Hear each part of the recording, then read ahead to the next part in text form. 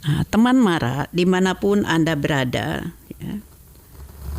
Kemudian ada pemalsuan dan penyelewengan dalam beberapa kitab samawi, ya. Kita melihat di sini misalnya ketika Allah bertanya, apakah kalian masih mengharapkan mereka akan percaya kepadamu?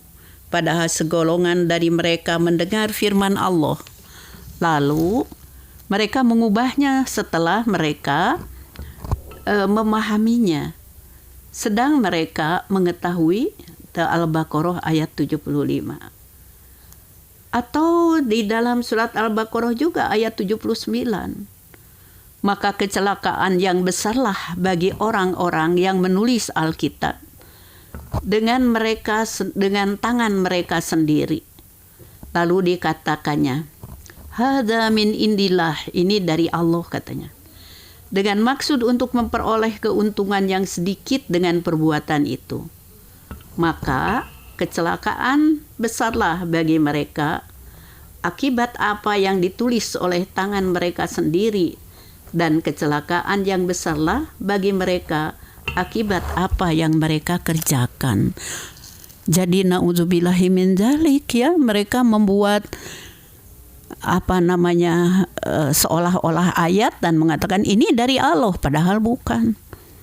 Allah mengatakan atau berfirman seperti tadi, kecelakaan besar bagi mereka yang seperti demikian. Gitu, ya. Nah, itu yang disebut, ya, tastaru bi ayati samanang kolila, menukarkan ayat Allah dengan harga yang sedikit. Menukarkan ayat Allah dengan harga yang sedikit itu, enggak, ini mah udah gede misalnya bayarannya. Urusan dunia mah, ya, uang miliar, triliun, sedikit itu teh dibandingkan dengan ridho Allah, dengan pahala dari Allah, dengan surga dari Allah.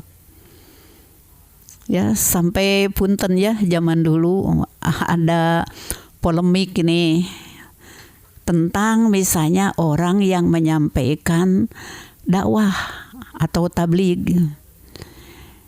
Itu katakan saja sampai ditarif, ya, sekian kayak gitu. Kenapa? Ya kan ada dalam dalilnya juga, ya.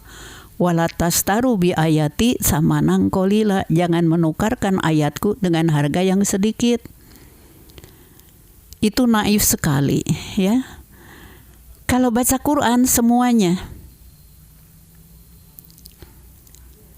Kami dulu waktu Teh Leni juga remaja, ya, dengan kakak-kakak angkatan, kami semuanya memegang suatu prinsip, ya, seperti para rasul dahulu, bahwa kami tidak mengharapkan upah, ya, bahwa la as'aluka alaihim ajro, kami tidak meminta dari mereka itu upah. Itu terserah kepada Allah. Jadi kalau sudah ditarif-tarif, ya pan kesini teh pakai kendaraan, harus beli bensin dan sebagainya. Namanya dakwah, balighu ani walau ayat atau tabligh, sampaikan dariku walaupun satu ayat. Itu mah ada aja rezeki. Prinsip Teh Leni, ya, sama-sama kita berbuat baik di jalan Allah. Saya infak dengan ilmu, Anda mau infak dengan harta silakan, kita masing-masing ikhlas. Gak ada istilah tarif kayak gitu. Ini ayat suka disalahkan, ya. Lastastaru bi ayati walatastaru bi ayati samanang kolila. Dunia masa etik kayak gitu. Tapi yang kita harap ridho Allah Subhanahu wa taala. Begitu, ya, pemirsa Mara TV juga teman Mara dimanapun Anda berada. Sabaraha sakitu. Walaupun kita menaripkan misalnya sekian juta, di sisi Allah masa eutik aya nu leuwih mahal tibatan eta. Naon bi elis ridho Allah Kang Willy, ya. Itu yang kita cari. Kemudian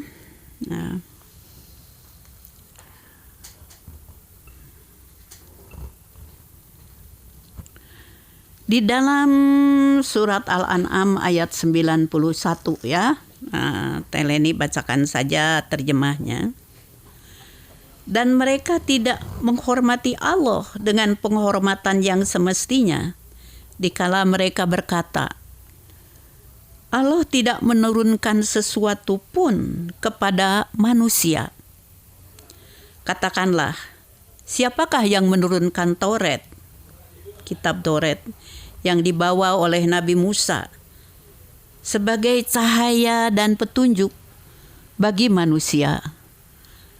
Kamu jadikan kitab itu lembaran-lembaran kertas yang berserai-berai. Kamu perlihatkan sebagiannya dan kamu sembunyikan sebagian besarnya. Padahal telah diajarkan kepadamu apa yang kamu dan bapak-bapak kamu tidak mengetahuinya. Katakanlah, Allah lah yang menurunkannya, maksudnya menurunkan kitab Taurat. Kemudian sesudah kamu menyampaikan Al-Quran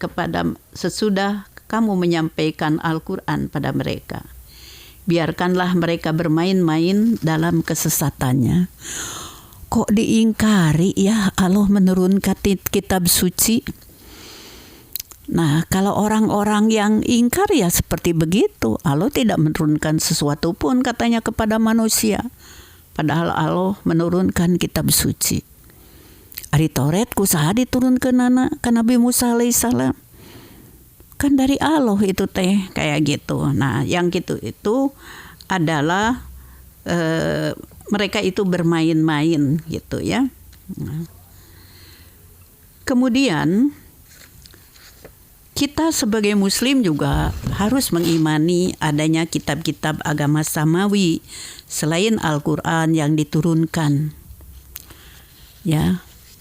Yu'minuna bima unzila ilaika wa ma unzila min qablik. Jadi kita harus mengimani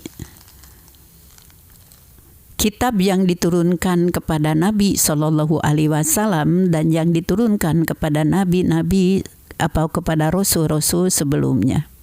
Wa ma unzila ilaik, ya, atau wa ma unzila min qablik itu kita melihat ada Taurat, ada Injil, ya, kemudian ada Zabur, ada Suhuf Ibrahim.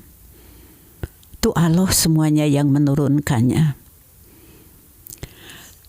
Teman Mara serta pemirsa TV dimanapun Anda berada,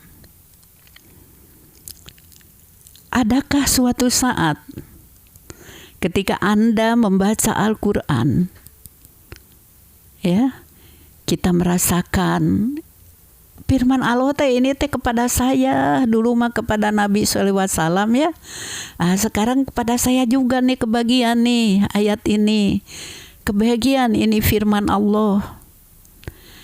Tatkala hati kita sakit, adakah terobati? Tatkala asa kita hampir putus, apakah tumbuh kembali?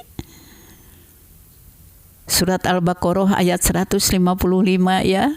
Tatkala Allah berfirman bahwa akan mencoba kalian dengan ujian-ujian ya, di mana cobaan-cobaan itu berupa sebagian dari ketakutan, kelaparan, kekurangan jiwa, kekurangan harta, kekurangan buah-buahan. Baca kita. Wabashiri sobirin, gembirakanlah orang yang sabar. Asa bukan dibebenjokeun gitu ya, rasanya diterangi hati kita. Yang gimana sih yang sabar teh? Nah, terangkan di ayat berikutnya. Akhirnya kata kita, pilihan gak ada lain kecuali sabar. Karena sabar itu ya, bagi mereka sholawatum mirabihim, jaminan keselamatan, kemuliaan dari Tuhan mereka, warahmah dan rahmat. Orang sabar itu suka ada yang sinis ya, apa sabar subur, lama-lama dikubur. Dan semua orang juga akan dikubur ya. Jadi artinya lah kamu sabar mati lah nanti. Oh no, kata kita.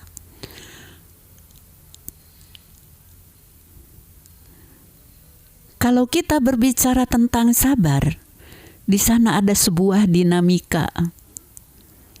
Ya, kalau kata Ustadz Abdullah Allahyarham, kita selalu berjalan meniti ketaatan kepada Allah dengan usaha.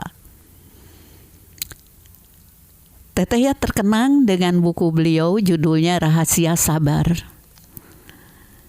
Seorang yang sabar akan mendaki gunung. Puncak gunung itu ada di atas kepala mereka. Tetapi sedikit demi sedikit, step by step, jalannya ditempuh. Akhirnya puncak gunung bisa dikalahkan. Yang tadinya di atas kepala kita, sekarang di bawah telapak kaki kita. Di dalam sabar itu ada sebuah dinamika. Jadi sabar teh bukan segala diem, saya mah sabar aja, dikituin biar, diginiin biar. Yang kayak gitu mah bukan sabar. Ya, kalau kata orang tua mah paeh kahayang, mati kehendak, sudah gak mau apa-apa lagi. Tapi orang yang beriman, tatkala datang suatu cobaan, ujian dan sebagainya, itu sebuah stimulus ya, yang harus dia respon dengan pikirannya, dengan hatinya, dengan daya ingatnya, ya, sampai akhirnya semuanya bisa teratasi. Bukan kita tangisi, karena nangis itu tidak menyelesaikan masalah. Urusan nangis mungkin seketika ya boleh aja ya, namanya juga manusia. Kenapa seperti ini? Sabda Nabi SAW, Allah itu menyukai orang yang mengganti, katakan saja suatu cara gitu ya, dengan cara yang lebih baik. Itu artinya ada dinamika di situ. Begitu ya, teman Mara dan juga pemirsa Mara TV.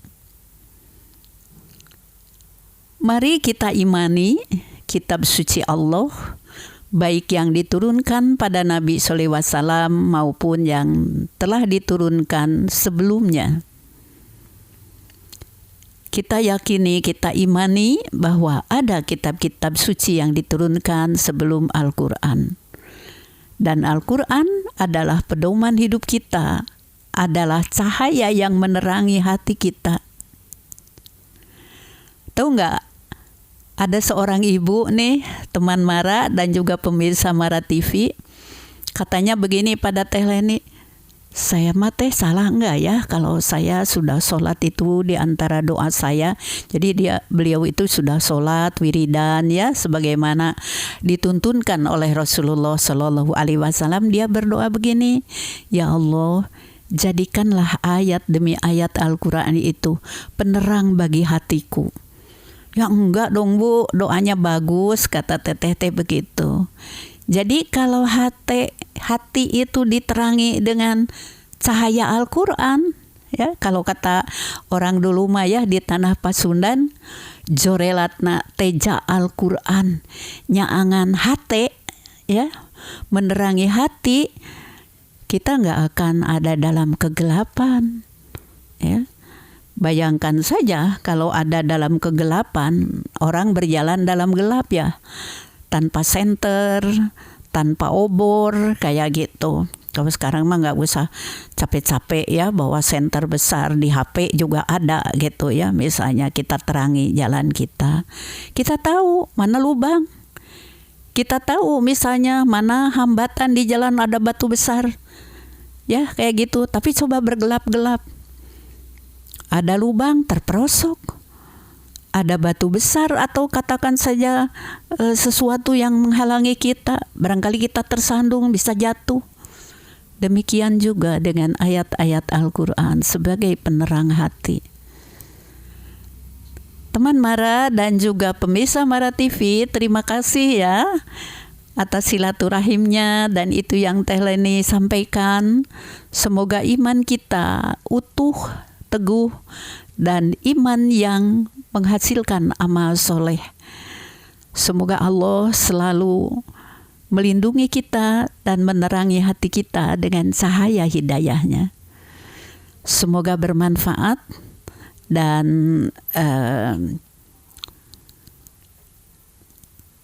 mudah-mudahan esok hari kita bisa bertemu lagi ya di hari Selasa. Dan Anda tidak meninggalkan Mara dulu, ada Kang Ian, ada Teh Anka yang akan menemani Anda. Kemudian juga semoga esok hari Allah meridhoi kita, mengizinkan kita, menolong kita untuk kembali bisa bersilaturahim di udara melalui 106,7 Mara FM, musik terpilih sepanjang hari dari Jalan Dipati Ukur nomor 5 Bandung. Kita memohon kehadirat Allah, Rabbana ya Rahman ya Rahim ya Mujibas Sa'ilin ya Rabbal Arsil Azim ya Hayyu ya Qayyum. Ampuni ya Allah segala dosa, kesalahan, kehilafan, kekeliruan dan kelalaian kami.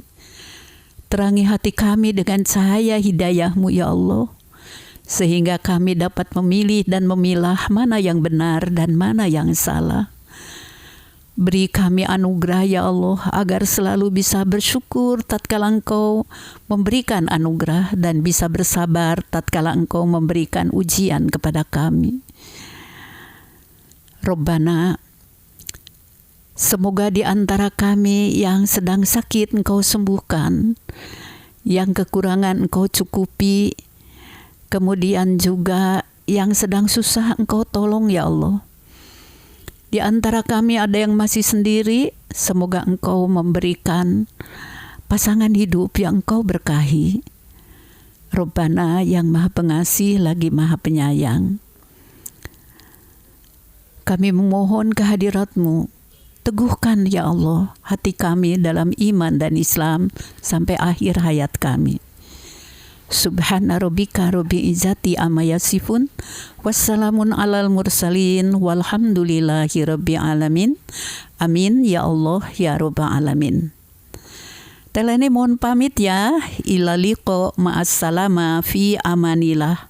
Aqulu qouli hada wa astaghfirullah li wa lakum.